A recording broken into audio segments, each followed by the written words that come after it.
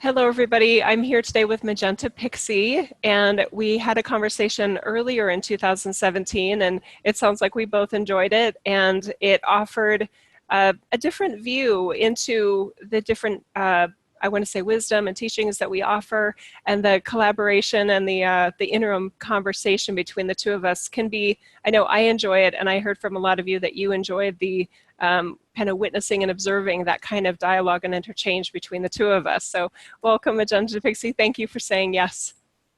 Yay, it's a great idea. Love to chat with you again. Thank you for suggesting it.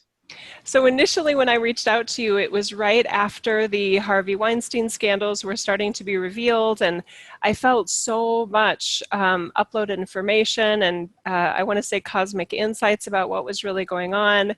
And that was why I initially reached out, and then both of us came down with our very similar versions of like a cold virus with coughs, etc. So we paused it, and now here we are again, and we both just decided that maybe that topic isn't as relevant, but it sounds like we agreed to talk about the energies of this month, December 2017, and even how possibly a peek into 2018, as well as strategies that we recommend for these beautiful fellow members of light that we're interacting with here today, helping them feel that closeness and that personal connection to the light, the eternal light that we are, even while we're here. Does that sound okay? It sounds great, and I think it's divine timing. Obviously, we were meant to come together now in December rather than earlier, but I Mm-hmm. didn't realize you'd had several downloads about that situation. Did you want to briefly touch on it? Uh, okay, yeah, I can do that. Let me feel into where I'm feeling it today. If we maybe just spend 5, 10 Yeah, minutes I on like briefly that. touching on that, and then we'll Okay, switch over to each the of us. energy. Mm. The the importance of it, in my view, is the coming into the light of something that had been intentionally and covertly veiled for so many Yes, years. And yes. the interesting part about those that that I'm viewing as sort of insiders that knew about it all along, are now so comfortable and almost flippant and, oh yeah, that's been going on forever. And it's like, well, it's pretty unfortunate that no one actually said that publicly. I mean, all of these players have a very public voice because it would have saved so many victims. And I feel like it's a really powerful reminder of using our voice and trusting our eyes when we see something, and where we do feel the courage of, even if it's uncomfortable to say something, and you and I can probably relate to that in our work. It's not normal, right, to do what we do and to create a public place to share this type of information. But audiences like this have gratefully received our courage in some ways. And this ability to speak your voice, that all of us have a voice for a reason, and all of us see things and know things that are, I want to say, more relevant to people than sometimes we give ourselves credit. It is our fear of rejection or fear of not being heard where we start to justify that, oh, well, everyone knows that. And then this is a classic example of, no, they didn't know that. I agree with everything you've said, and I also agree with the this coming to light because it's been hidden, because it's been veiled. Everything is now showing itself. What I would add to that, though, is I'm not sure really how this stands for Hollywood film world, but I grew up in the British theatre. My parents were both in the theatre. My father was an opera singer. My mother was a ballet dancer when I was born. Wow. So, I was taken backstage from birth. I grew up backstage around the theatre and around the cast, and I was very young when I decided I wanted to follow in my parents' footsteps and go into the theatre as well. And I will say that it's another world. It's a secluded world, and when you're in that world, you don't necessarily, and I'm talking about the people. I'm not talking about those that are the perpetrators of this. I'm talking about the people in the world who knew about this. Mm. It because you think that everyone in the world around you knows, you don't realize that that has not been made known outside of your world, and you don't really think so much outside of your world either, especially when you're young. Now, talking of this particular thing, when I was very, very young, my mother took me aside and told me about the casting couch.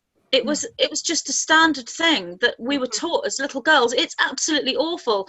But I mean, I must have been really young. I'm talking about maybe sort of 7 or 8 when I started doing drama classes at 9, but I was dancing at sort of 4, and it must have been 7 or 8, maybe 9 years old, that my mother told me about the casting couch, and it was very matter of fact, and it was very sort of like when you go for a part and you audition, some directors will take you for your role due to your talent, but there are other directors that will expect you to, you know, sorry, my dog's barking, give them sexual favors and sleep with them or whatever. And you have to know now that it's possible that when a director says that to you, you know, she basically taught me to say no and to turn down any role, you know, and so I grew up knowing about this from the age of like 7, and you take it as like, when you're that young, you don't even think it's anything bad. You just think, well, that director doesn't want that, and this director's bad and he does, so therefore you know, you're not going to take that role. Now, I don't know what it's like in Hollywood film, but I just know that there's like a secluded world. And that's what I grew up in. And it isn't really that you're keeping anything secret from other people. It's just that it becomes a well-known standard thing, and you don't even think about others not knowing. Wow. What I see energetic is awful, isn't it? What I see about Hollywood energetically is what I feel in Hollywood film rather than British theatre. It's a completely different kind of energy. I think there's more fear there amongst the women, because if they speak out, would they risk their career? So it's very much like, well, you know, this is my career, this is what I've trained for, I don't want to do this, but I can't really speak out. And also, the reason why they couldn't speak out isn't just through fear of losing their career, it's because the perpetrators at the level of Harvey Weinstein, that level, he was protected, if you like, or cushioned by a network. There was a network behind him, and what that network is doing is, now this is all coming out, they're choosing who to throw under the bus. They're choosing who to think, well, you know, you're not going to get protected anymore, we'll let you take the rap and you can be the fall guy, to try and sort of, because to me what we're seeing here is the tip of the iceberg. So there's lots and lots of layers, and yes, it's been going on for years, and like I said, I've known about this in my own personal life since I was a child. Standard thing, we all just knew. Awful, but I'm glad it's coming out now. I'm glad it's now coming out. It's got to. The other layer of it that came through in a weekly message that I did this week is the parallels between the sort of witch hunt that's going on right now with actually sort of the witch trials that some of us remember from previous timelines on Earth. This sort of let's get them, and this false sense of security that if we take these people out of society, then we'll be safe again. And that perception of oh, let's just get these bad guys, then everything will be good again. And it's almost like removing or absolving ourselves of personal responsibility for, like what your mother, she armed you really with powerful information so that you had a choice. And there's so many interesting layers. And I'll just throw this part in that I remember a lot of persecution, and it aligns perfectly with what you were saying of Jane Fonda or some other sort of pillar, like matriarch almost in Hollywood film and television, that when she said, I knew about this, there was immediately, well, you should have said something. And I can't deny that there's a part of me that was like, I wish you would have said something too. But I also very much felt that this perception that we have of some of these folks being so big that they are untouchable, that they would have been beyond the fear of repercussion had they spoken out. That's not true. They feel just as vulnerable about that position. And that's the way they build it. That's the way those structures are built, is very carefully played gatekeepers. And, you know, your position is based on your agreement, and you're following the line of multiple systems. And I want to say agreements of who's in and who's out. And nobody wants to be out, because it is a precarious position. Their whole reputation is at stake here. And if they've made a whole life of it, that doesn't mean that they're like, oh, I'm immune to any repercussions, now I'm good. They probably actually feel like they have more to lose. Absolutely, and I mean, look what's happening now. Some of these top actors are being edited out of their Yeah. films because of things. So their careers are not set in stone once Right. these things come Yeah. out. And I will also say that I feel that this is, that I wouldn't say it's the tip of the iceberg. I think it's gone a little bit deeper than the tip of the iceberg, but it's not got to the core. And I was looking at this whole thing energetically, and I was thinking, it's interesting what you say. People get this false sense of security and think, take the bad guys out, get them all arrested, and then we're all safe and the industry is safe for us all.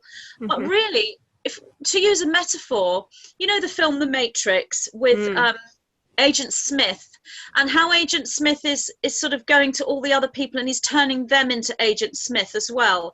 So it's almost like this machine is constantly generating Agent Smiths all the time. This is what we're looking at. We're not looking at this person, this individual film director, or this individual actor, or this individual person. We are looking at a machine that's constantly churning out copies of the same person. And I think the way to deal with this is to go to the core, the machine. And I do absolutely feel that there are individuals, and the 9 call these individuals freedom fighters. I'm not sure who they are at this point, but these freedom fighters are the ones who have the knowledge as to how to shut that machine down. And that's what's coming really close. I mean, we're in December 2017, and that's going to happen. That core, it's not just about the theatre or Hollywood or the film industry. It's many industries. Those machines that generate repeated copies of the same kind of person, those machines are being shut down. That's what I would say. Okay, I love that. So I'll layer on, and I don't feel like it's at odds with it, but it may feel to some people like it's at odds with it. And this is where last time in our conversation we started to talk about that plan A and plan B. So Yeah. I'm super passionate about this idea of I wired myself. I believe my higher self wired me as Jill to be very impatient. So the minute I hear words like "it's coming," "it's happening," there's a part of me that goes, "I don't want to wait. I don't want to wait for it to happen." So but it's in our favor in this regard. I feel so not that different than your mother warning you, and not just warning, but informing, empowering you to Me as a little be girl. prepared that this will happen and you need to watch out for this so that you're not shocked. And that's what some of these victims, I mean, even maybe if they had been warned, they probably still felt immune, like this would happen to me, not with this person. And that's my next point here. It's really clear from my connection with my team that we are very wise to, rather than looking for a bad guy, be very savvy and mindful and heartful about unconscious energy. And that's the system I feel that you're talking about, being possibly a match for people that may surprise us. That in moments, even the most well-regarded, high-integrity person, through various states of weakness or fragmentation, etc., it's like they forget their real true character. And they allow themselves, you could almost look at it like being hijacked by an unconscious force that has very different motives, very different value systems than that human that we may like and appreciate. So when I've done talks sometimes and somebody says, well, who do we need to watch out for? Who are these guys? And they start to name the normal cabal kinds of players. My team normally says, okay, hang on everybody. Don't discount the fact that this unconscious energy is more like a fog, and it can take over surprising characters at times if you're not very aware and you're looking for the energy patterns of somebody that is not in their body, doesn't want goodwill for you. They're not operating from benevolence, and you can sense danger like at your core and trust that. Even if it's a person that you think, well, they wouldn't do that. we have so much history to how often we are surprised by someone's bad decisions in moments of weakness or moments of compromise, whatever it is. But to give sufficient credit for that system that you speak of, and the way that it can almost like infiltrate folks. And it's like, I don't want to say stay on guard in a fearful way, but just like your mom, this is going to happen. This is Earth. This is the way this reality works. So I love the idea of this will eventually not be a problem. There's these freedom fighters that take it out. But I also want to be more, feel more like your mom's advice that we're giving everybody of, but you guys be on alert, be on aware that you're in Earth. And from what I understand from my team, we didn't come here to be safe. That's not what this place is for, is to feel safe. But even amidst a situation that's not wired for our light and our love, we can be very aware of who and what we are in every situation to protect that, to nurture that, to, I want to say, sanctify that in a reality that's not honoring of that.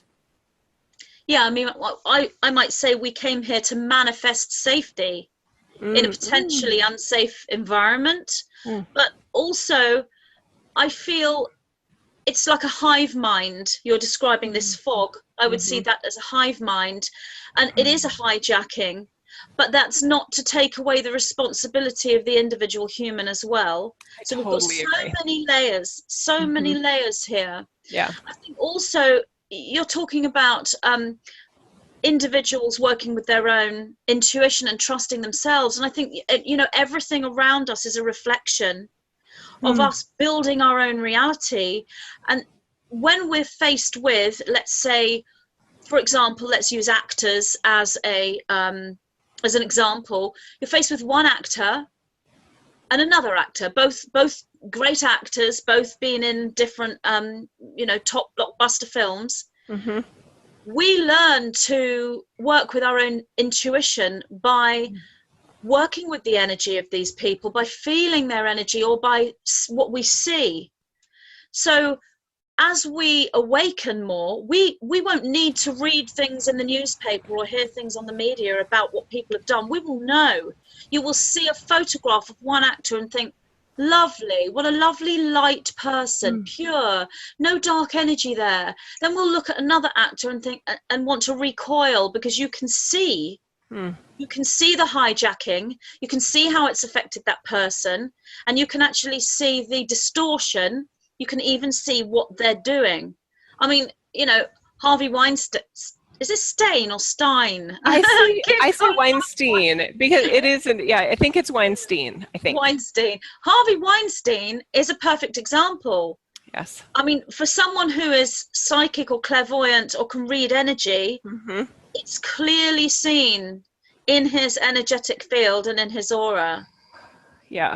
It's so obvious. When you look at his photograph, you can see what he is. You can see the hijacking, and you can see what he is. It's so obvious. And it's not just in actors. You can see this in politicians and in other individuals. People. Yeah. So we're learning to work with that intuition ourselves as well. It's almost as though the whole world becomes a reflection of our own raising of our own intuition. We're learning to become more and more discerning. I know that this is something that clairvoyants and psychics and channels do, but this is something that everyone can do. I like that. My team is like, how are you going to put what we're showing you? I'm like, I don't know how I'm going to put words to this, but I'll just throw it out there. I can edit as needed. There's another, it makes it messy. And that's because I love the clarity, and I love what you're saying there. And I'm like, yes, I want that. I want that too. And Jesus at one point, as a member of my team, and he's a member of the 9 too. Is that true? Or do you feel like the Christos consciousness in general is part of the 9? That's a great question. I don't necessarily look at the 9 and see an individualized being. However, within that Christ consciousness, should I want to call upon an entity that I give a perception to as Jesus, then yes, that would step There we forward. go. That's good. So Jesus came forward at one point because I started to question this idea that everything in this reality is a reflection of ourselves. And that felt Ah, blasphemous at some point when I was really questioning it.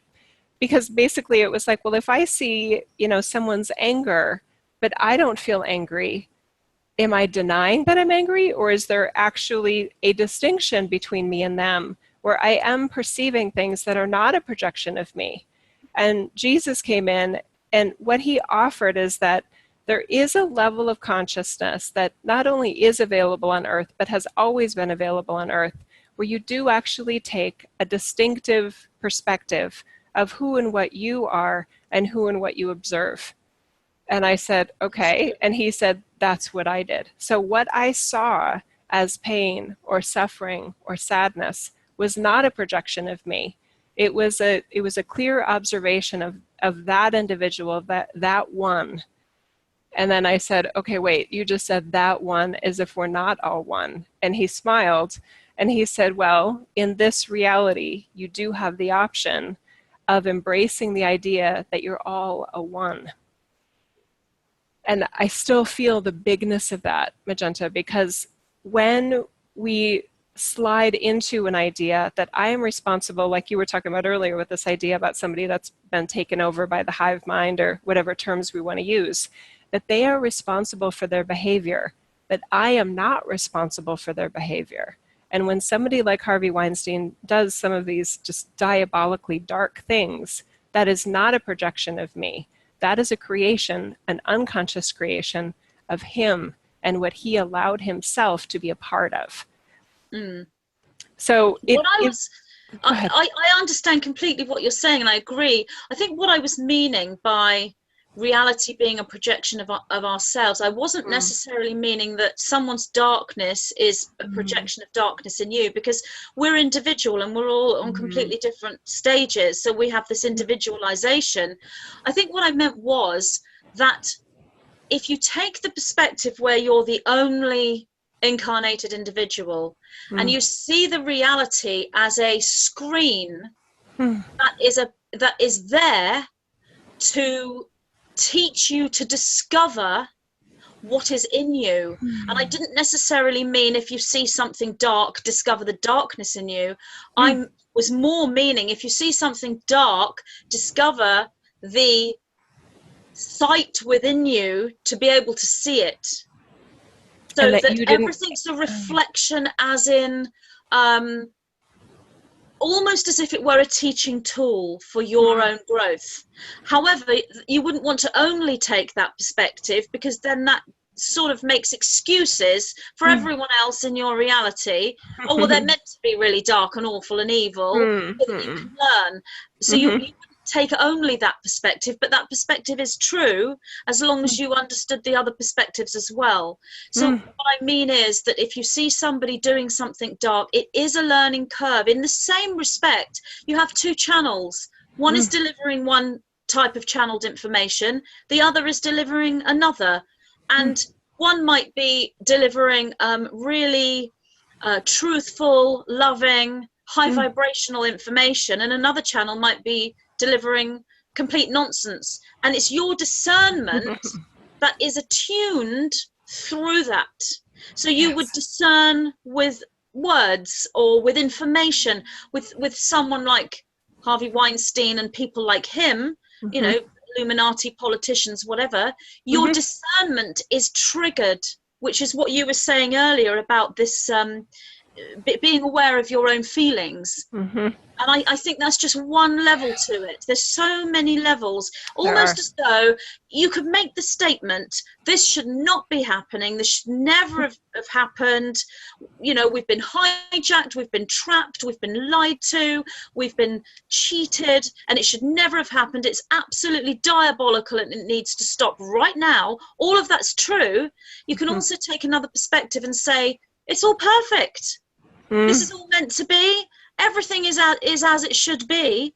But when someone only says that, when mhm. someone says the world is perfect, there is nothing wrong here. The world is amazing. It's all absolutely perfect. And they only take that viewpoint, Yeah. then they are completely missing the bit that's completely not perfect at all.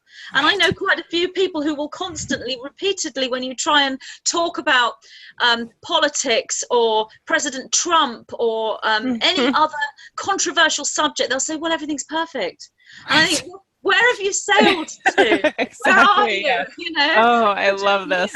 And it's yeah. not easy to get these layers, is it? We have to No. embrace the third dimension, move through that fourth dimension of sort of you know, confusion and Yes. mixing sort of realities into that fifth dimension, and we have to kind of balance all of it. And it's not an easy thing to do, because it means Right. you have different perspectives and different paradigms and different opinions and different viewpoints all in your one belief system.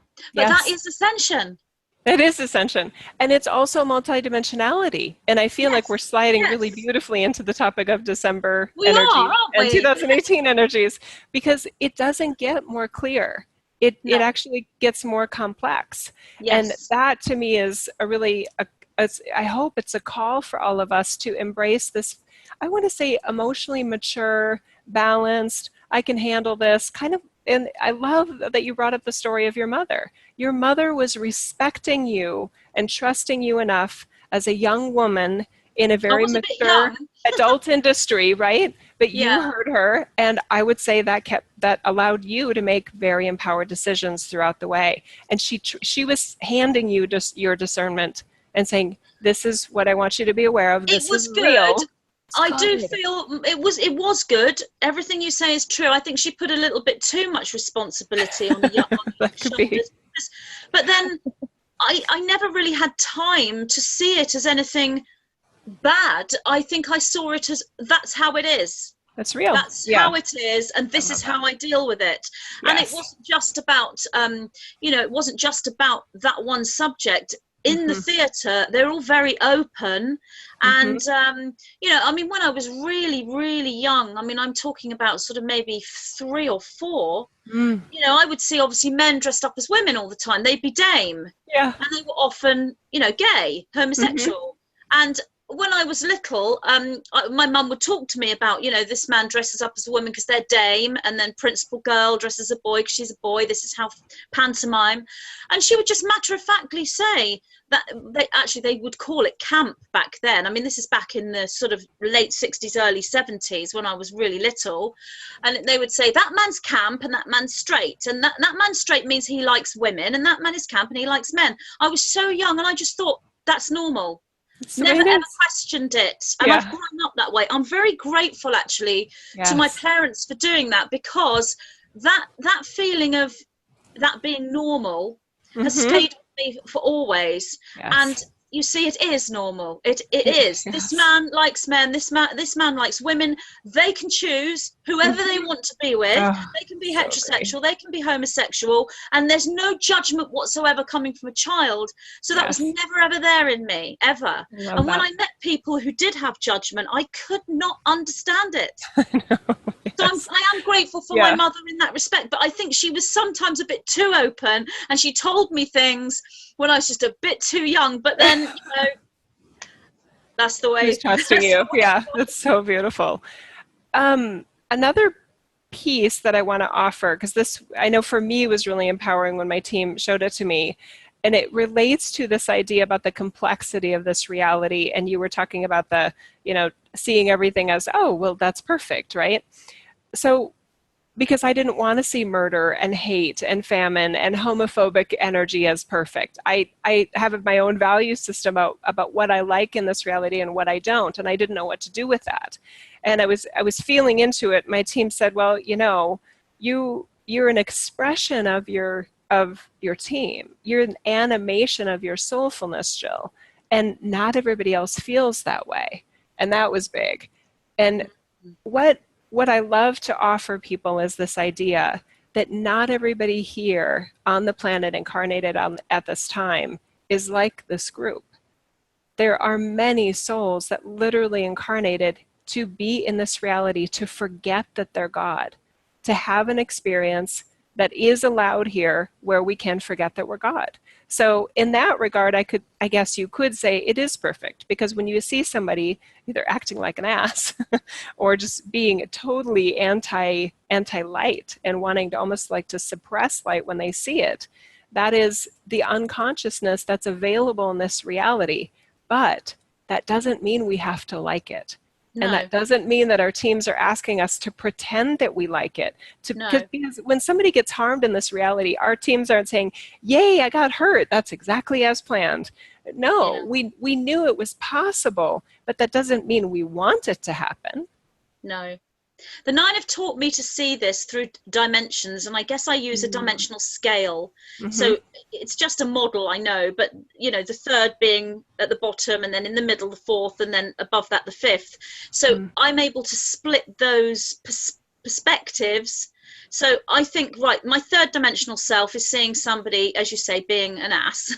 So my third dimensional self is thinking, you ass, But my fourth dimensional self would be sort of looking at layers, perhaps looking at, well, why is he behaving this way? Maybe it's because of his past. Perhaps this happened when he was a child. The fifth dimensional aspect would be saying you're perfect and you're part of me. You're another part of me in a different time zone. So I then move into all these different perspectives.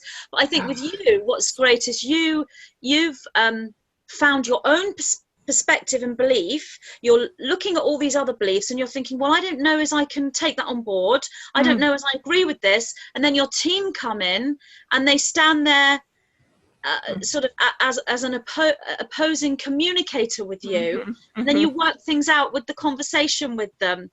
So you and it's lovely how both of us have got quite different processes, and I think that's really, well, moving into, you were talking about how it would be nice for us to talk about strategies for people. I mean, there's just two strategies in how you see reality. My strategy is to decide, what does my 3D self feel, what does my 4D self feel, what does my 5D self feel. They're the main three dimensions we're working with. I mean, we've got multiple, but 3, 4 and 5, and look at the different perspectives and have a unification within them, and understand that there's part of me as Magenta that can think, I don't like you, I don't want to be around you, I don't like your behavior, and I'm not going to like you. And yet there's another part that's, I love you, I embrace you, I know that you're my soul brother. And all of those. And I think that the danger comes when you stick either in 3D and you don't like anyone and that's it, or you stay in 5D and you love everybody no matter what you do, and then you trip over and fall flat on your face. So that's one model, and your model is to have this communication with the team, to actually say, well, I believe this, but I don't know as I can take on board that. And they're coming in. I actually feel like they're the same model, though, and this may be fun because I agree with everything that you're saying about the 3, 4, and 5. And my team has a different scale, kind of like Celsius and Fahrenheit. So I always talk about it's way more than 5, but you said that too. So what I want to make sure people hear, because I hear from my audience members about, well, oh, that's 3D, as if they've left the 3D. And I just want to emphasize what I hear you saying so clearly, and I know this to be true too. You guys, we don't leave the 3D. No, we do not. It's like books on a bookshelf. There's this book that's 3D, there's this book that's 4D, there's this book that's 5D, and they're all sitting right next to each other. Yes. So Magenta, true, right? So as you're talking about the 3D, it's right next to all the other layers. And I feel that's so necessary, because when I see people that are, I want to use the word naive, and that's probably a little harsh and exaggerated, maybe for effect, but they feel like I'm being 5D because I'm seeing everyone as love, I'm seeing everyone as me, but what they may not be correct, or it's not that it's incorrect, but I would like express caution, like your mother, right? Be careful to ignore the 3D and the 4D awareness that I want to say should have in this reality. Otherwise, we are more likely to be victimized, because there's their higher self version, and then there's the version they're choosing to be, whether it's a lover, a best friend, your child. I mean, all of us have all of these layers, and to deny their 3D version is really, I think, a disservice.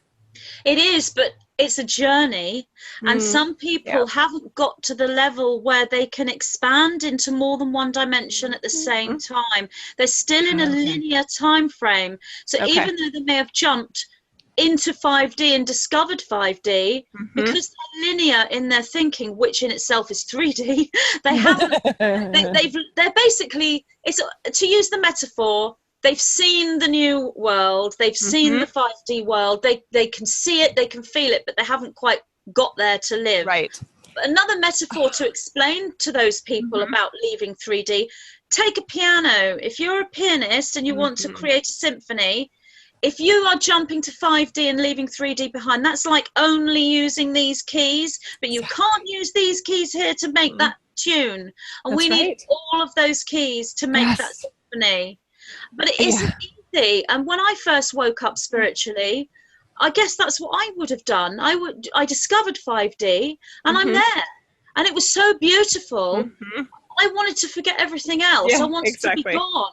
You know, and I remember a time when I stood on a cliff top and actually shouted out by the beach to the sky, come and get me, thinking that spaceships would come and pick me up right now. The ETs would come and get me right now.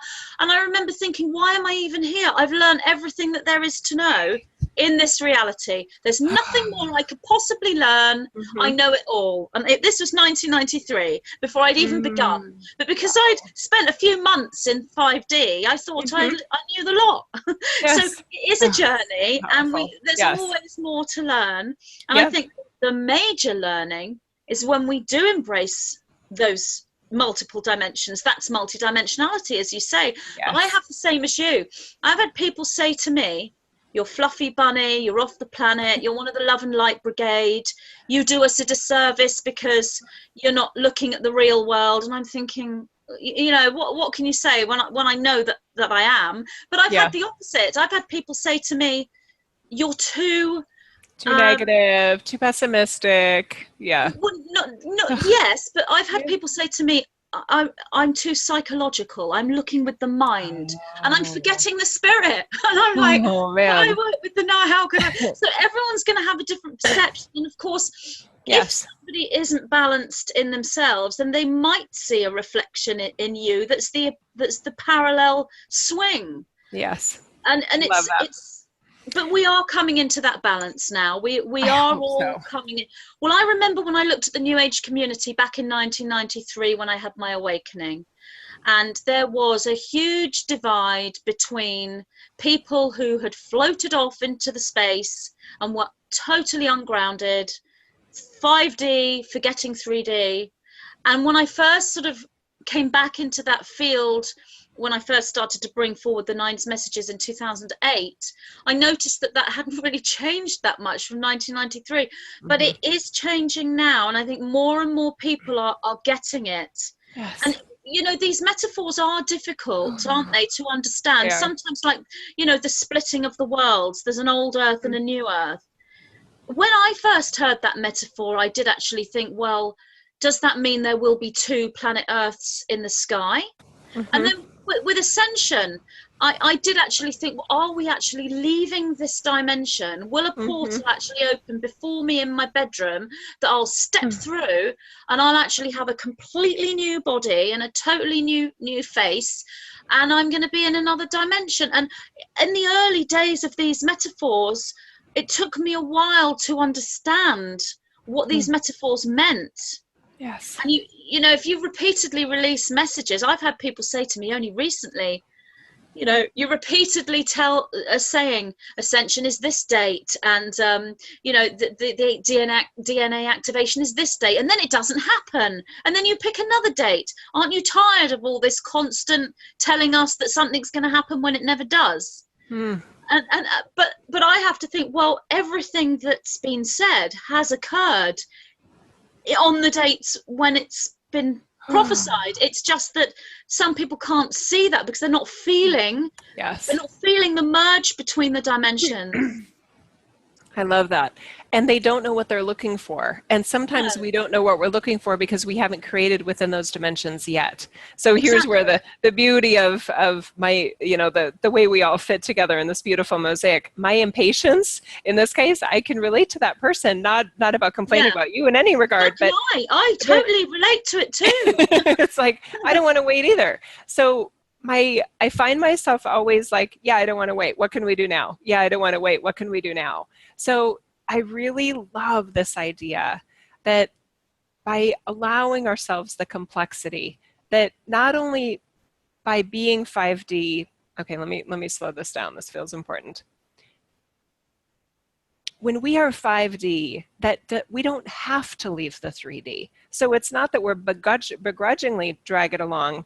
We in a way have to drag it along, and that's not a problem, you guys. And I That's just right. want to make sure the audience feels that there's this sense of, but I want to be 5D and not have 3D. I want to not have 4D either, Jill. I just want to be 5D. But Mm. there's cosmic energies involved in this that you can't deny. I mean, and I like to use the funny example. You show me 5 cookies, and I beg you to show me that there's not 3 cookies there.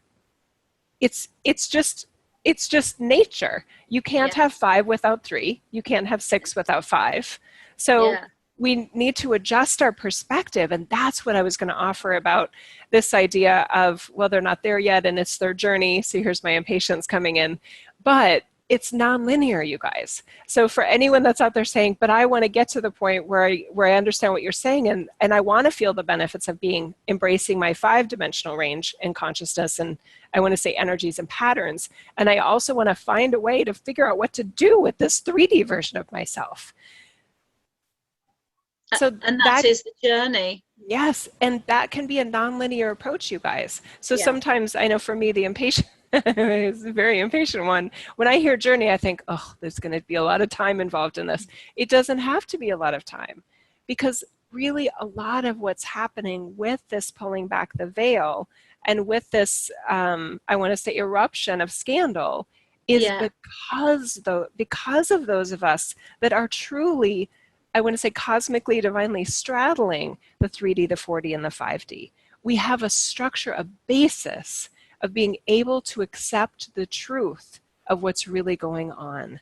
And Yes. that's my biggest complaint about politics and this idea of the cabal, and knowing that there's a lot of these politicians, whether we hate them or love them, whether we feel like they're the white hats or the black hats, a lot of them withhold information from us because their perception is that we can't handle it. Yeah. And the sad truth is that a lot of us walk around and basically demonstrate the proof of that we can't handle That's it. right. And That's it is like correct. that Jack Nicholson Yeah. movie, you can't handle the truth, Yeah. right? Completely. So can we handle the truth? Can we handle the more simple, basic truths that we have 3D layers, and we have 4D layers, and we have 5D layers, and that we can make a home within our human, within our one, for all of that to actually go together. And it isn't simple, but it isn't as complex as we would think it is, because they're just layers and flavors of energy that are available to us here. And we have mastery available to us in this reality that can Yeah. more than deal with the complexity. So we don't need a Dick and Jane book for any more of Dick and Jane Rand, Jane saw Dick. We can handle complex, language, etc. We can do this. We can. The thing is, people have been locked into a trap. They have been Yes. hijacked and kept dumbed down so that they Yes. can't handle the truth That's right. deliberately. The people that have broken free from that sort of false trap system, Yeah, the ones that are embracing multidimensionality, can handle this situation because yeah, they are outside of that trap. The that's right. people that can't handle the truth have been deliberately infiltrated and programmed to not be able to handle the truth. Yes. However, that programming is breaking down. The more of us that are breaking free from and are creating this new matrix of light, if you like, that's superimposing itself over this control structure, creating a whole new system, it's creating holes in the original control structure. So the old matrix is literally breaking down. Yes. People are more and more able to handle more and more of the truth. That's where we are right now. Yes. And I want to give us credit, because a lot of us are the reason that's breaking Yes. down. Those of us Yes, that are, absolutely. oh, it's so exciting that a group like this has bypassed some of that limited thinking, has bypassed those structures that basically treat us as little children that, well, patting us on the head, you can't handle the truth. And again, that impatience for me comes in, because when I see that, I literally feel like Jesus may have felt when he was throwing up the tables. I That's want the us. indigo side, the indigo fire. You Yes. know, you're meant to feel that way Mhm. when you're faced with an injustice, a Yes. disservice. Oh, You are meant to feel that. yeah. It's not really anger. It's more It's justice. determination and justice, and the desire for integrity and truth. That's the indigo energy. And even individuals who are predominantly crystal, like you, to me, are predominantly a crystal being, but you've fully activated your indigo self. I'm predominantly an indigo being, but I'm learned quite well over the last few years to activate the crystal side. So Mm. you've got this, well, the nine were talking to me about being a peaceful warrior. Yes. A peaceful warrior. It's like that's a dichotomy. That is a contradiction. How can you be a warrior and peaceful at the same time? That's the crystal is the peace, and the indigo is the warrior, and that's the way forward to have that fire and that peace, that water at the same time. That's right.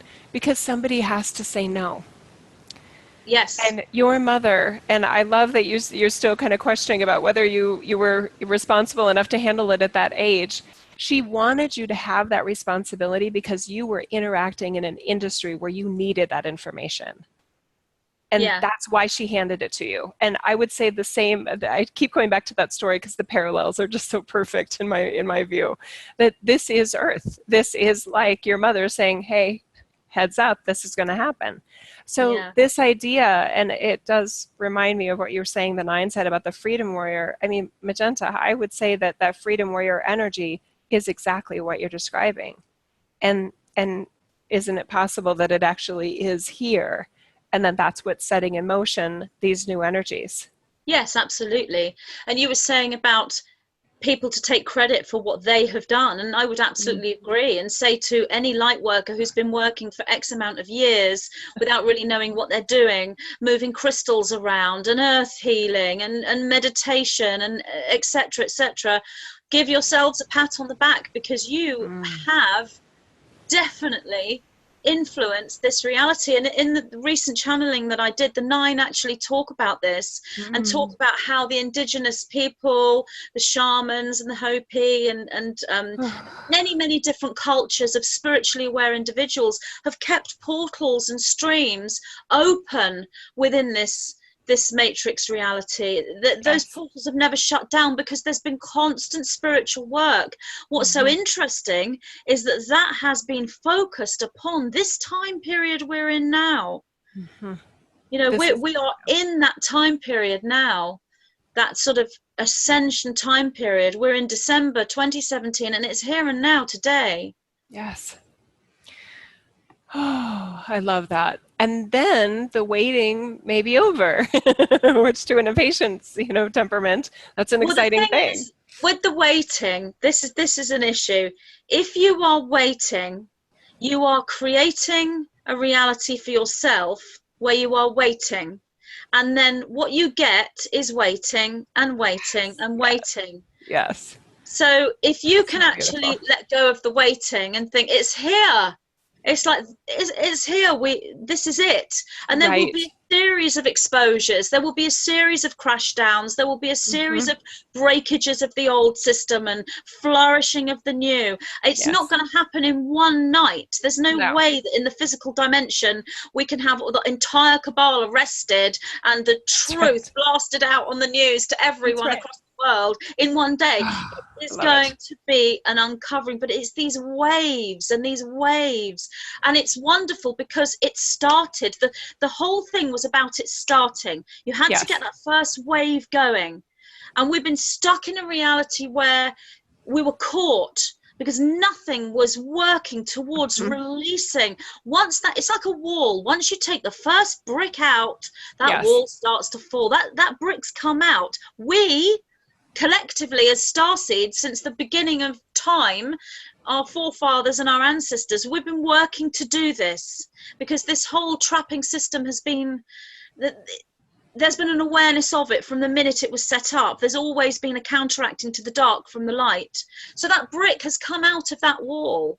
I'm sounding like a Pink Floyd fan here, but another brick in the wall, you know. I mean, it's such a metaphor. That brick has been taken out of the wall, and now things are falling and coming, changing shape.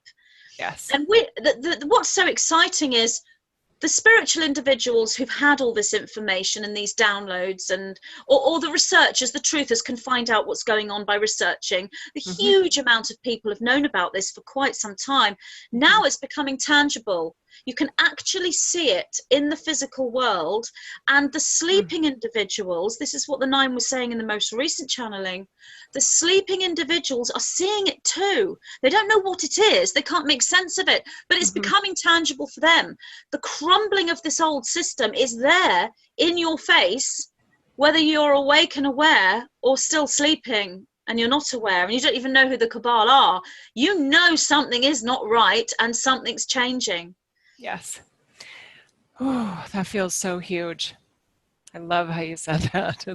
It's exciting, right? And I love your naming of, if somebody's being, waiting for something to happen, then they're putting themselves in the energy pattern of waiting for something to happen, because they're getting themselves stuck in a loop of it hasn't happened yet. I would also want to offer to those individuals that feel like nothing's happening. I question that you really know what you're looking for, because your brain may be telling yourself that, no, the 3D is still here. See, it hasn't happened yet. But see, that's a false perception. Because if your expectation is that when something's happening, the 3D will be gone, then that's false. And there are teachers out there that are saying the 3D is going away. So if that's anywhere in the layers, the structure of their energy field, they're going to constantly feel like, we're not there yet, we're not there yet, we're not there yet. And you and I are sitting here saying, no, the 3D isn't going away. It doesn't have to go away.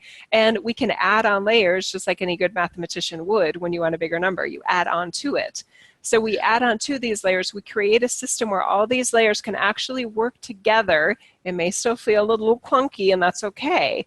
But the fact that you're allowing yourselves to add on layers truthfully, authentically, by not disregarding the other layers and fabric of you, is true. It's authentic, it's real, and it's what, to me, this is what ascension is about. Because, and it kind of a funny little example, folks that only want to wear purple and blue because it's the upper chakras, and they're basically denying the lower chakras. And if I wear red, some people are like, ooh, why are you wearing red?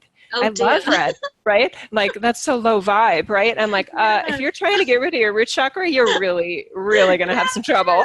Absolutely, we need them all. I didn't know that there were teachers that were teaching that the 3D is going away. There's a book. I think there's a book out there, The 3D is Going Away, or Why the 3D is Going Away, or something like that. I saw that. I came across that somewhere on social media, and I'm like, oh, that's going to be an interesting experiment. I think the only thing I can say there is, we're all receiving these downloads that are energetically pretty much the same when we key into truth, and it's the interpretation of that. Then I've always taught me to look at every statement and look to see if there is a perspective where that might be true. So I'm sort of looking, is there a perspective where the 3D is going away? Now, you could say that if you were teaching that we are moving to 5D, if you are trying to assist people to get into the fifth dimensional state, then maybe your teaching is fully focused within the fifth dimension. So you might say that once you're in the fifth dimension, the 3D is going away. Well, the only way it would be going away is your perception of reality will become fifth dimensional. The people that you interact with will be like-minded. And it's okay for you to exist fully in the fifth dimension and allow the 3D to fall away from you if you have done the integrative work. Mm. then that would then make sense. But have we done the integrative work yet? I would say, looking at humanity energetically through remote viewing, no, we have not done the integrative work yet fully. We are still in that process of doing the integrative work. But when we've done the integrative work, when we won't be fully in just 5D, we will become multidimensional and we will embrace all the dimensions. So yeah, it's not a teaching that would fully resonate with me. I would prefer to deliver the information that this is an integration of the dimensions, that they are superimposed within us and within the planet, Yes. that we can choose which dimension we wish to exist within, and that we should not move fully into 5D until we have integrated the third dimensional reality. And because there's trouble within 3D, one looks at 3D, there's trouble and strife, and there's trials and tribulations, and there are people there that are drowning and need our help. So if we whiz off to 5D, are we fulfilling our mission? When our mission is to help those that need us, and they are in 3D. The people in 5D don't need us, they're equals, they're all, sitting on their unicorns and riding the rainbows. What about the people drowning in the swamp? We need to help them. So we must stay in a state of integration is what I would teach. I love that. The strategy that I would want to put words to for people then is, does whatever teachings that you're working with, does it make sense to you? Do you feel like it's working? And I love, Magenta, how you gave the example earlier of something was, I want to say, promised in 93, and then 5 years later you're like, but wait a minute, it hasn't happened yet, and it caused you to reevaluate, and I would say open yourself up to another version. The way that it's shown to me is that there are actually multiple experiments. And I don't mean experiment in a negative way. We're not guinea pigs. We're not, lab experiments in a, like we're the, the helpless mouse that we don't want to be there. We want it to be out in the wild. That we are actually orchestrating the experiment. We are fellow scientists in this realm. And we are literally pioneering. Well, will this work? Will this work? Will this work? I am very opinionated, and I don't like the idea. I don't like the approach because I see the negative consequences. I see the effects of people saying, well, we're not there yet, Jill, because the 3D is still here. And I'm like, oh, okay, let me tell you how I look at the 3D, and then it doesn't need to go away. And then they can consider it for themselves. So, well, if Jill's right, then maybe 5D is already available to us. Maybe that other idea doesn't resonate with me either. But there have been experiments where we actually, the way it's shown to me is we tried to raise the floor. And Atlantis was another parallel of that experiment where we wanted to raise, if you will, a vibrational floor where the 3D was no longer the floor, that the 5D was the floor. And we saw the consequences of that.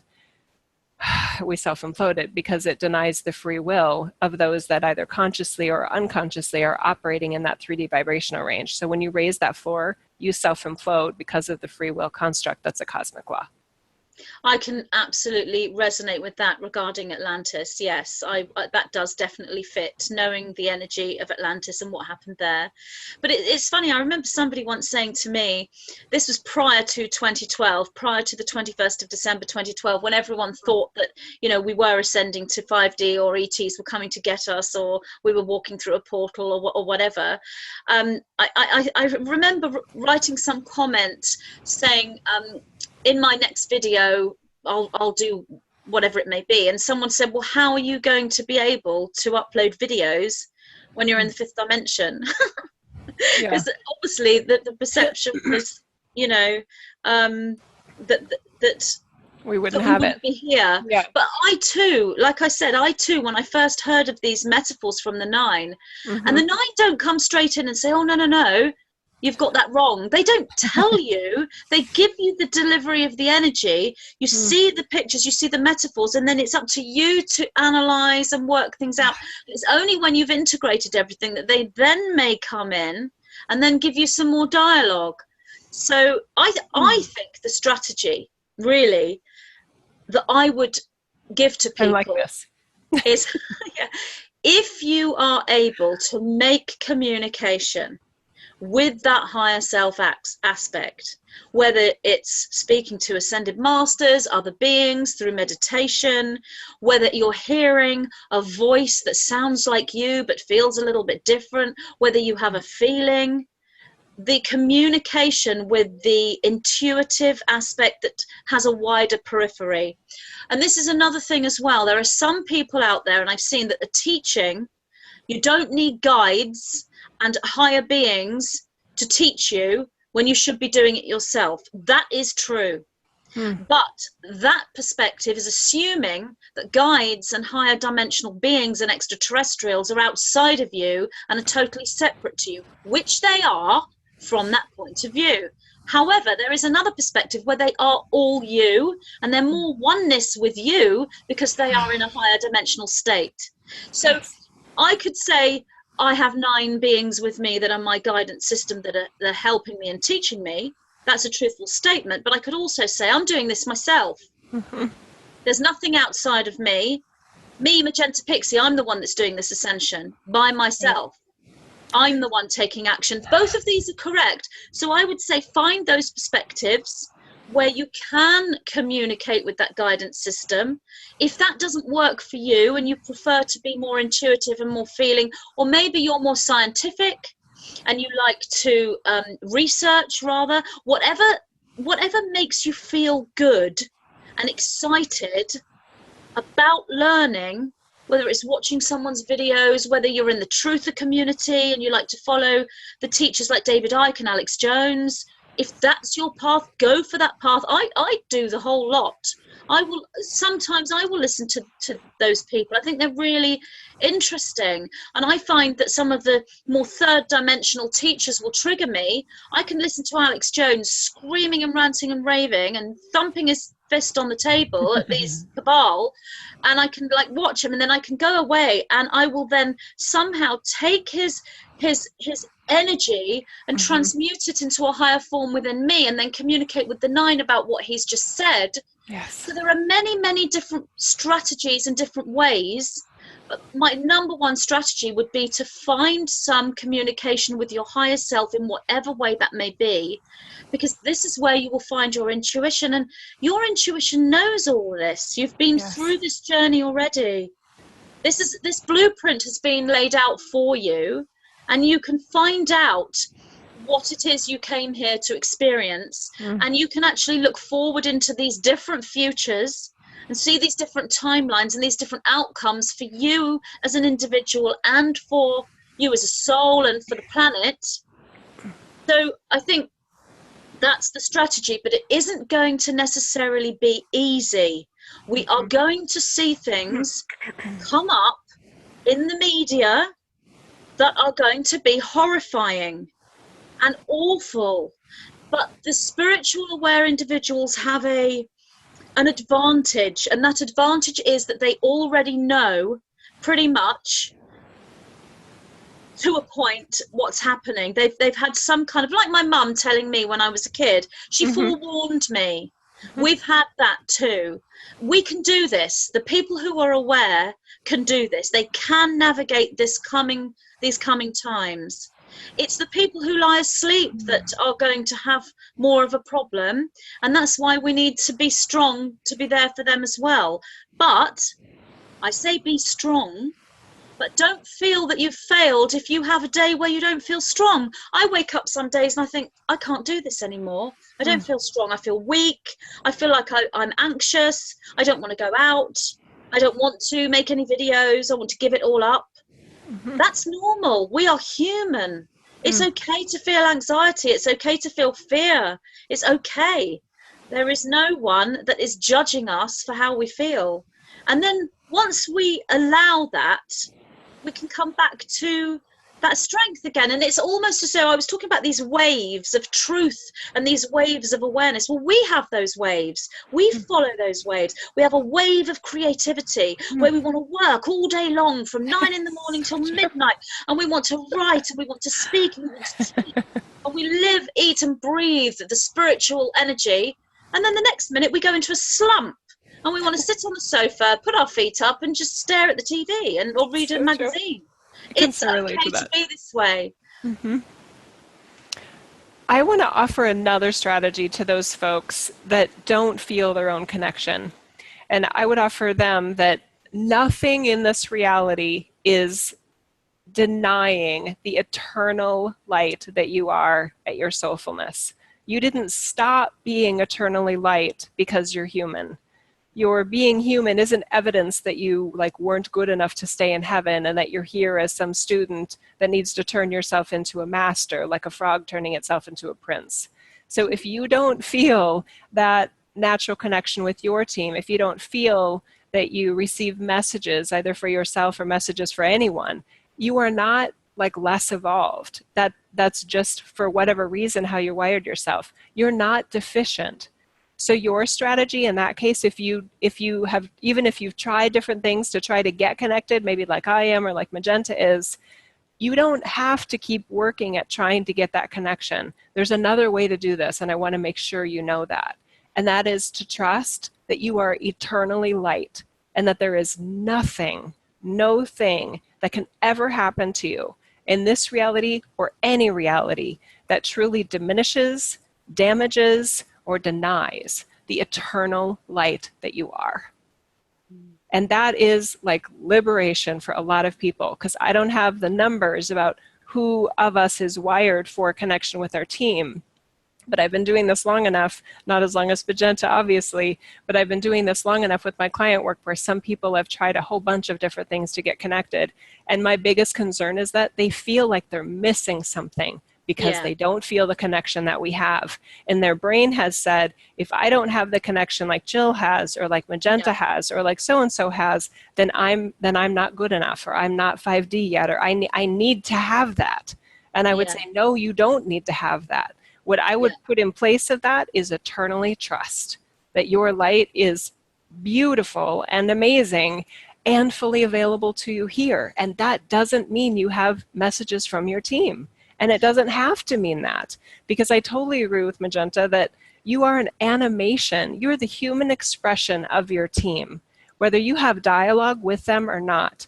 And one metaphor I like to use is like a professional race car driver, and your mic went out. So you don't have the pit crew or anyone saying, hey, somebody is coming up behind you, or, take that pass. The professional driver trusts their instincts. There's a curve. I think I should turn. There's congestion up ahead. I think I should slow down, or I think I should go around this. So trust yourself. And a lot of us don't trust our human equipment. We feel like it's like, we don't fit here. This is clunky. This is weird. I can't talk to my team. My headset's out, right? We panic. And we feel like I have to get that back, or I must be broken because I don't have that. And that's a perception that you can change. You can actually change your mind about things, because I would offer you, they're not true. So I've also had clients come to me and say the same thing. I need to channel and to connect with higher guidance, and I've tried everything and I can't. And I agree with you, that is just one strategy. It's a good strategy, but it's just one. And there are other people that are not here to do this. And absolutely trust your own process. So everyone is a channel, but that doesn't necessarily mean that you're communicating with beings like you and I are doing. There are other ways to do this. Some people are visual, and they are here to work with color and picture. They are artists. So they're painters, they're photographers, and they won't have words coming in. They will have picture and feeling, and they present it through canvas or through digital work. I remember a client coming to me once, and she said, I don't know why I've come to see you, because I'm not spiritual in any way at all. I don't do anything spiritual. I don't have a spiritual path, but somebody told me I should come and see you. But I was getting, this woman was deeply spiritual and had an amazing spiritual talent and was a very advanced channel. And I told her this. She goes, no, I'm sorry, that is not me. So we ended up having this long conversation, and eventually it came to, we discovered through the conversation, she was actually painting. She sent me some of her paintings, and they were just amazing, profound messages in geometry and color and symbolism. So, but she didn't realize, and it wasn't until I told her, I pointed it out and said, look at your paintings. Only then did she realize that how spiritual she was, and then it made her cry because she thought all the time there it was. And it's not just painting, there's music is another way. There are many musicians who are bringing this energy forward in song and tune, and using all sorts of different types of music and different instruments and drumming. And it's not just even about the creative. It's often there is a creative stance, there is a creative aspect to you, but it isn't always so obvious. Recently, I was looking. It's funny how you mentioned the motor driver, because I was just going to talk about cars as well. Recently, I was looking to buy a new car. And I've never in my life gone and bought a new car without a man with me who knows about cars, you know, my dad or my brother, or, you know, someone who knows about cars. But everyone's busy, everyone's working. And I thought, you know what, I can do this myself. So I started to do some research into cars and to look at all the different models and, you know, which one might be right for me, and, you know, everything to do with cars, and what to look for when you buy a car. And I found this guy online. I found his website, and I looked at his photograph, and I knew before reading anything, by looking at his photograph, I just thought, my goodness me, this man is a master in his field. This man has incarnated to do this job. He's someone who has been interested in cars since he was a child. He started writing for a British newspaper, car advice, and he's just got bigger and bigger, and now has this huge website, and people all over the world are asking him questions, even though this is a British car site. And I knew that this guy was a master and an expert in his field, and I knew if I read through his website and looked at all the emails he'd been sent and looked at all the answers, I knew that this was someone who knew exactly what he was talking about. Because with cars, there are all different kinds of experts and all different kinds of opinions as to which is the best car, and how, you know, as I've discovered. But I knew that this guy. So what I'm trying to get here is, you don't have to be an artist, a painter, a writer, a channeling musician, or an actor. You could be a car mechanic. You could be a baker. Exactly. It doesn't matter what the job is, because you have this destiny, you have this expansion within you. You can become a master in your field. We can't have a third dimension without people who clear away the rubbish, and the people who work in the shops, the people who work in the post office. They need to give themselves a pat on the back as well. Yes. They need to see the beauty in their work, and we're no different. We're, you know, because we're communicating with higher beings doesn't make us any better than the person who collects the rubbish. That's right. You know, and I've had conversations. I mean, when my car broke down a while ago, we got picked up by the rescue guy, and I had some pretty deep conversations with him. And he's a rescue guy driving a massive lorry. Yeah. And he was great. So exactly. There is mastery in everything. Yes. And just adjusting our brains to what this is supposed to look like. And I'm guessing you're going to find some phony baloney kind of stuff in there, because when you really believe and you can trust that we're all eternally light, it doesn't matter what our jobs are here. And even in terms of the channel, I wanted to add that channeling doesn't have to be about a message. Even the artwork doesn't have to be, well, what does it mean? What is it telling us, right? It can just be. So what if you're a channel of love? What if you're a channel of forgiveness? What if you're a channel of grace? And I would say it's not one thing anyway. It's so much more complex. And celebrate the complexity. That's what makes reality. If we could figure this whole place out, we wouldn't come back here. No. It wouldn't even be fun if it were 100% predictable, 100% predestined. If we were all just puppets on a string playing these roles, I think I found my slot. This wouldn't even be fun for masters. Absolutely. And you know, the only reason why we might come back here if we had figured this reality out would be to act as a guide for others. But then we'd still have something to figure out ourselves for coming back here in the first place. So yeah, I love what you just said, and I think I agree. I would add that what if Earth isn't about anything to figure out? I don't feel, and I might be wrong about this, but my perception right now is I'm not here to figure anything out.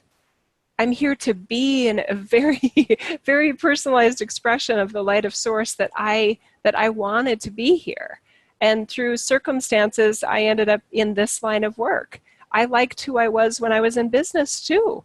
But this is way more creative. This is far more of embracing my multidimensionality. But my team has said over and over again, they wouldn't be disappointed in me if I was still a strategic business planner at Hewlett Packard. They wouldn't be like, oh, Jill, she's really lost her way, or she hasn't found it yet.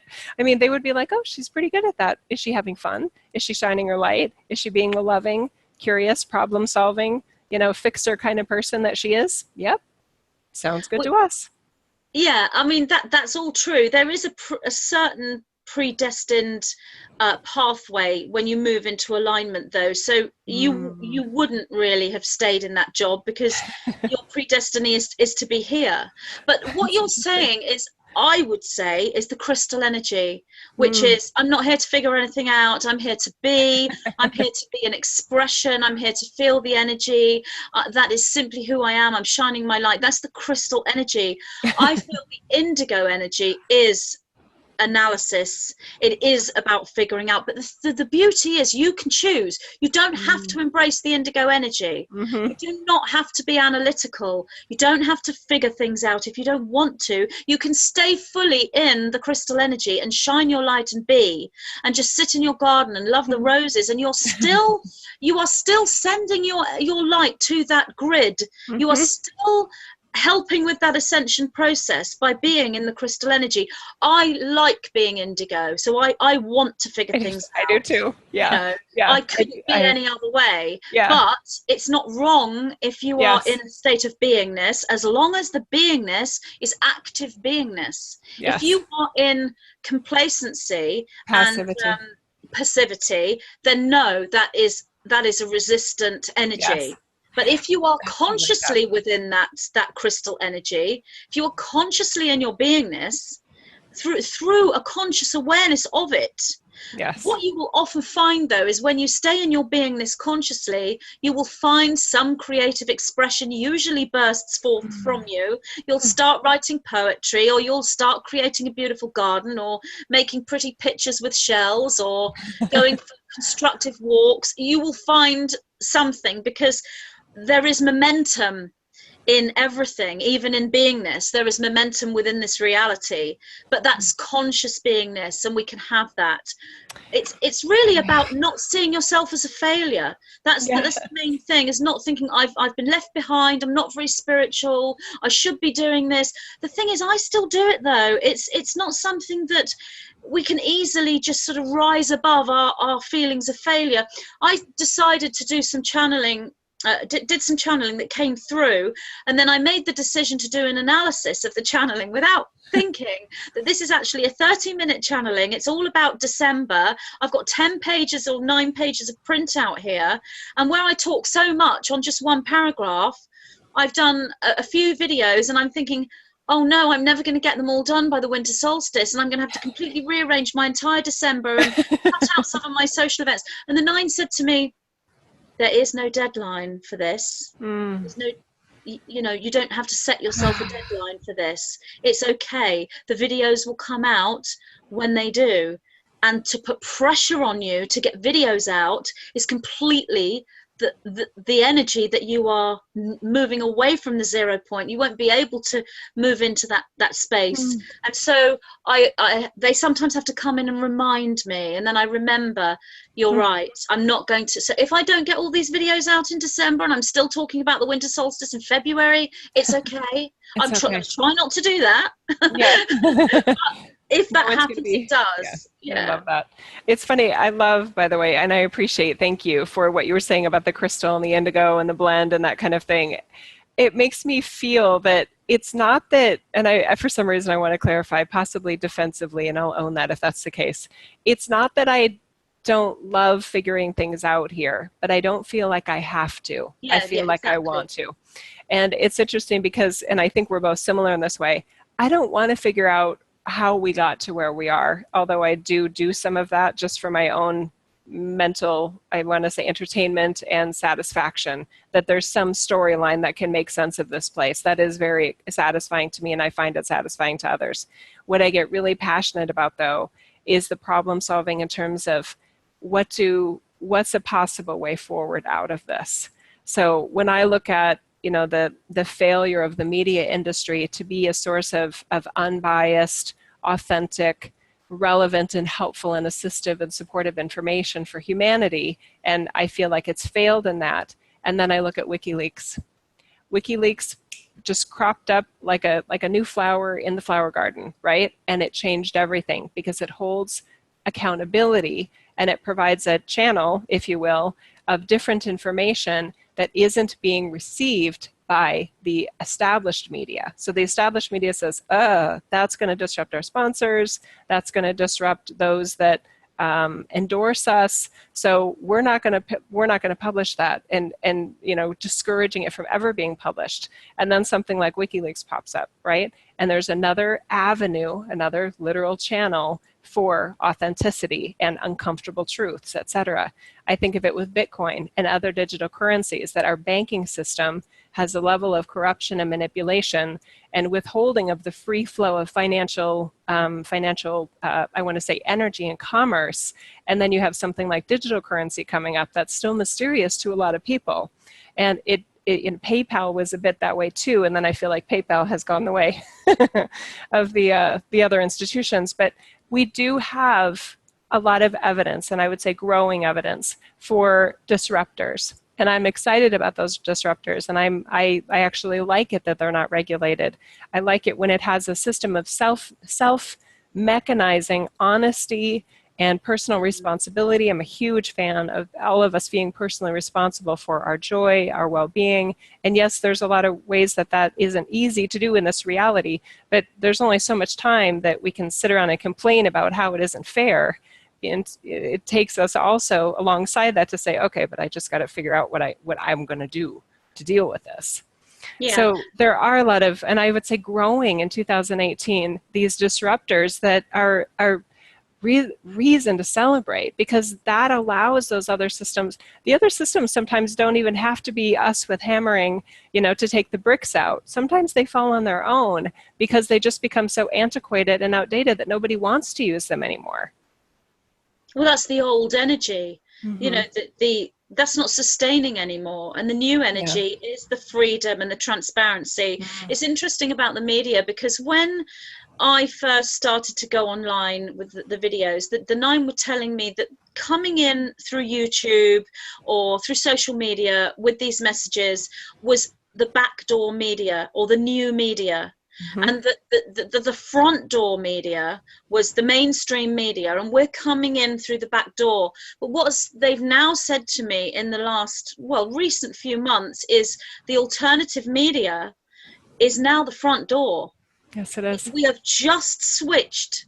The alternative media is front door media. The mainstream media is backdoor media. Now that may not look that way at the moment, but it won't be long before we see evidence of this. And they're trying to crack down on alternative media, but it's just springing up wherever. The interesting thing about the internet was it was originally created as a control structure. Yes. From the dark cabal to be able to control the people, and it's backfired on them massively because it's been the biggest expression of freedom, and it's not what they thought it would be. Yes, there's still the control there, but the aware individuals who are embracing this fifth dimensional reality, it's almost as though they try to catch you and trap you, and the minute they try to trap you, you've gone, and they're like, where have they gone? Oh, they're over there, and then they come over there to get you, and you've gone again, because you're multi-dimensional, so there's more than one of you. Yes. It's like that film with Arnold Schwarzenegger, where he did what's it called, the original Terminator, where he goes to Mars, Total Recall. Okay. Got this watch on, and there's many and they can't see which one is him. That's what the star seeds have. they are this fifth dimensional reflection. They can't be pinpointed. They can't be pinpointed psychically anymore. The remote viewing techniques that they used to use back in the whenever it was 70s and 80s, they don't work anymore. They aren't showing them what they used to see, because we're in a different dimension. They can't see our dimension. Yes. And that's why they need the self-tracking, right? Where we sign up for things where we're monitored through other sorts of saying yes to different terms and conditions and agreements, where we're unwittingly saying, okay, you can track me this way. So it's, which I'm not concerned about that. Maybe I should be, or maybe I will be in the future, but I don't feel insecure about that at all. No, because nothing's working. Nothing they do is working. They are unable to keep. Their agenda is to track us all, to herd us all like sheep into one big pen where they can see us all. And the sheep are constantly escaping, and they're no longer sheep, and there's no pens anymore. And to that, they cannot keep track, and they never will be able to. It's gone too far. And they know it. Yes. And the biggest thing they are afraid of is us thinking for ourselves. Yeah. And that's where in our community, and speaking for ourselves as well. That's so true. They go hand in hand. Not being scared to talk. Yeah. And not being scared to question. And that's where sometimes in our community, I do have concern when I hear somebody sort of parroting a teacher's teachings and feeling like, okay, I must be safe because I'm agreeing with this person and I trust that person. And I always want to really just, put my hands on their shoulders and say, but what do you think? Yeah. Why do you like what they're saying? Or is there any parts that you disagree with? And really, it's almost like inviting them into their own heart space and that eternal light that's always inside of us that can't be turned off and is never turned off no matter where we are. So there's a lot to be excited about. And there's so many different strategies about how we can be aware of when our thinking is controlled. And part of it is our ability to get into uncomfortable ranges of thoughts that we wish things weren't true, but they are true. So being honest with ourselves, and again, what we were talking about earlier, my words are creating the 3D and the 4D and the 5D range for ourselves, where it's not anti-5D to be clear about what you see in the 3D. And that I look at it as creating almost like a parental version of ourselves that can soothe and comfort the versions of our 3D selves that get scared or want to give up, like you were talking about earlier, because I definitely have those days too. And I'm like, what's the point? I mean, is this really making a difference? Is anyone hearing me? You know what I mean? And my team's like, well, did you like the message? Anyway, but this option for us to self-soothe and self-comfort to me feels like a very valuable approach. And again, I am a fan of personal responsibility. So we have this range within ourselves, and that does put us in a different vibrational range of humanity. And that makes it more difficult for humanity in general to be controlled, because they can tell that we're thinking off script. They can tell that we're acting off script, that we're speaking off script. And there's enough of us that they're like, okay, it's kind of like in the military, let that one go. You're never going to catch that guy, right? But let's go for the ones we can catch. It's like catching fish in a way. There's enough of us now, like you said, that have escaped the pen, and we're growing in numbers. And I would say that we're actually helping other people escape the pen. Yeah. And it doesn't have to be physically, but just, hey, wait a minute, are you sure it's okay when you stop yourself from thinking this or stop yourself from expressing that? Is that really you saying, I don't want to say that? Or is there part of you that you're following a script that was never authentically you, but it was inserted or handed to you and you've been choosing to abide by it? And then at some point you say, screw it. I want to say the truth. I want to learn my truth. And there's so many of us as well now. It's exciting. It's not as if it's just a few that they can let go. There's so many. There's too many for them. The people that are thinking for themselves. That's right. And it's not something that they ever thought that this would occur. They were so certain. They were so overconfident. Yeah, and underestimating us. And I for some reason I want to throw these words in. They didn't let us go. We started saying no. They didn't let us go. We said no.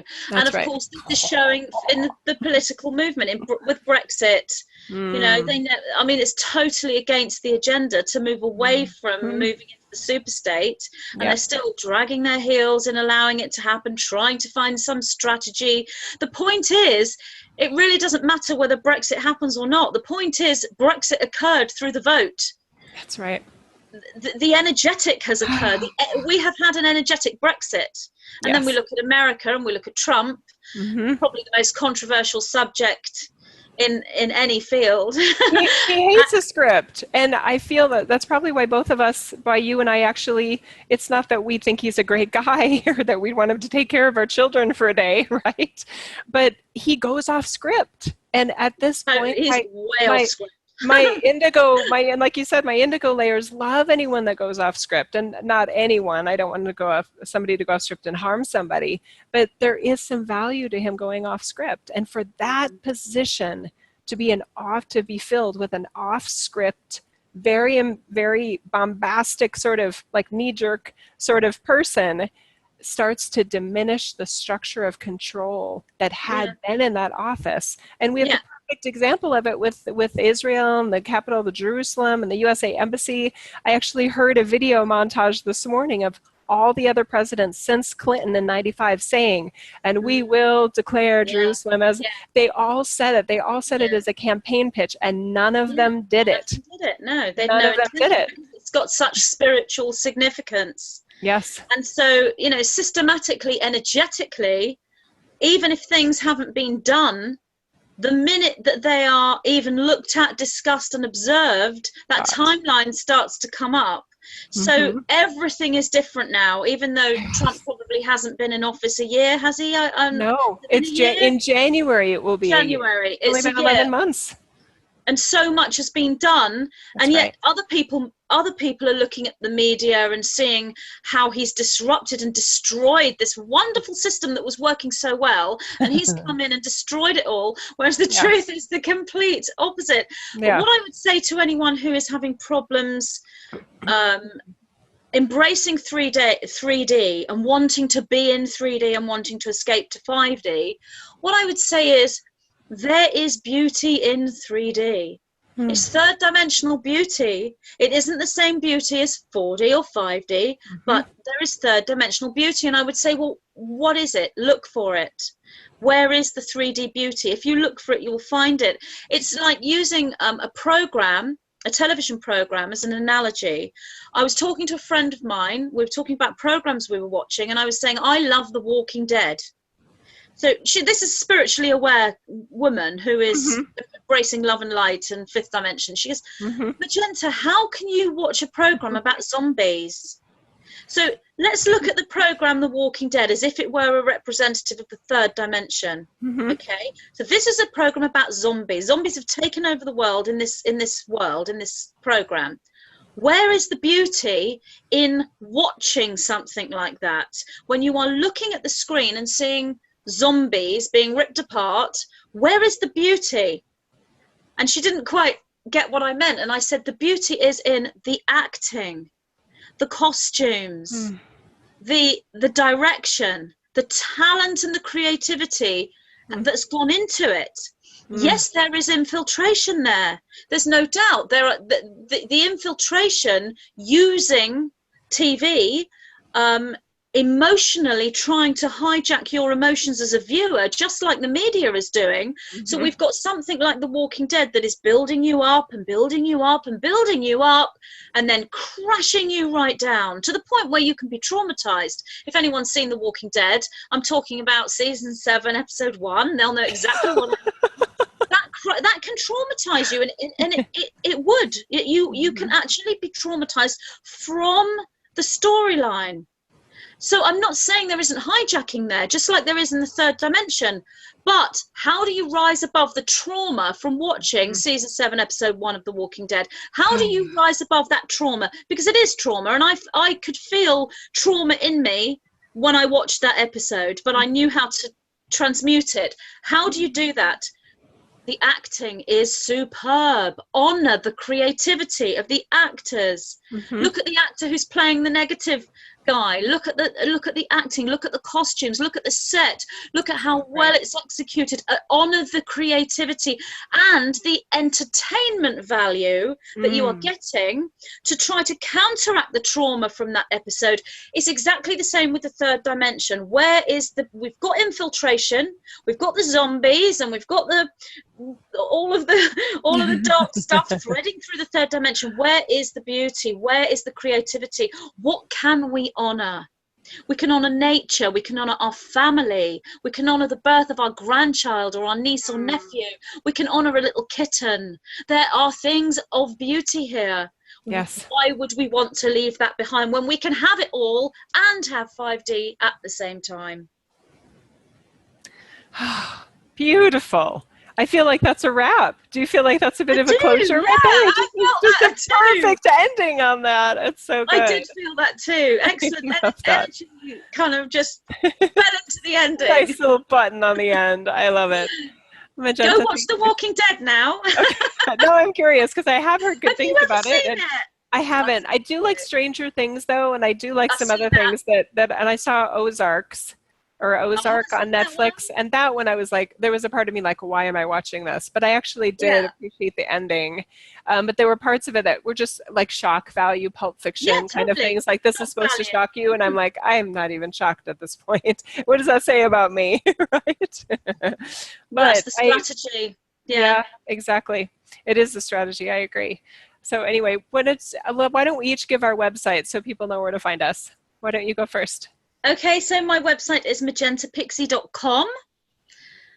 And if you go on there, you will find a link to my YouTube videos and meditations and my books, etc., etc. Nice. Magentapixie.com.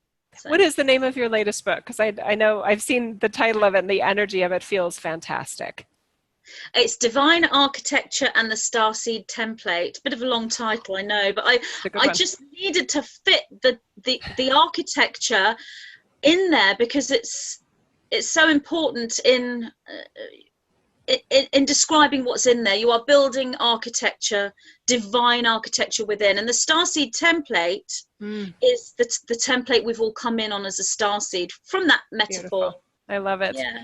So my website is jillreneefeeler.com, and people sometimes ask me, is that my real name? It is. My husband's last name is Feeler. And I didn't get the irony at first, but now I just think it's hilarious. And then my middle name means rebirth, which is just funny. It's even spelled the French way. Anyway, so jillreneefeeler.com. And I also have a YouTube channel and free videos. There's private consultations I do. And I think the title of my latest book is Stepping into the Platinum Age. And it's a fun kind of like, we've got this, we can do this. And it is very practical. A lot of my stuff is some, I want to say, raw honesty that some people aren't used to, but I'm just really excited about treating everyone as the fellow master that they are. And I don't want it to take years for you. And getting to a cave and spending 10 years there is not practical in modern day times. And the beauty is it's not required. So we can really step right into a very expanded version of ourselves without years and years of study. You don't have to earn or learn the light of source that you are. It is about claiming it and embracing it, and that can happen in real time. And then you can adjust your thoughts and feelings and voice and energy patterns accordingly. And it's easier once you've claimed that light as your own. Lovely. Very good. Thank you so much, Magenta. I have so much honor for you, and this was really fun, and I hope our audiences enjoy it too. Same to you. Thank you. And yes, it's been a lovely connection, lovely chat, and we must do this again. We have a nice flow. And last time people did leave comments saying how they enjoyed our conversation and they felt like they were here. And I think we don't really have a sort of, our conversation's heavy in its content, but then energetically we're not heavy. We're kind of flowing and light and two friends having a chat. And yes, you know, and I think everyone who watches is just feeling that, like they're here. We're all sort of a bunch of us having coffee together. Yes.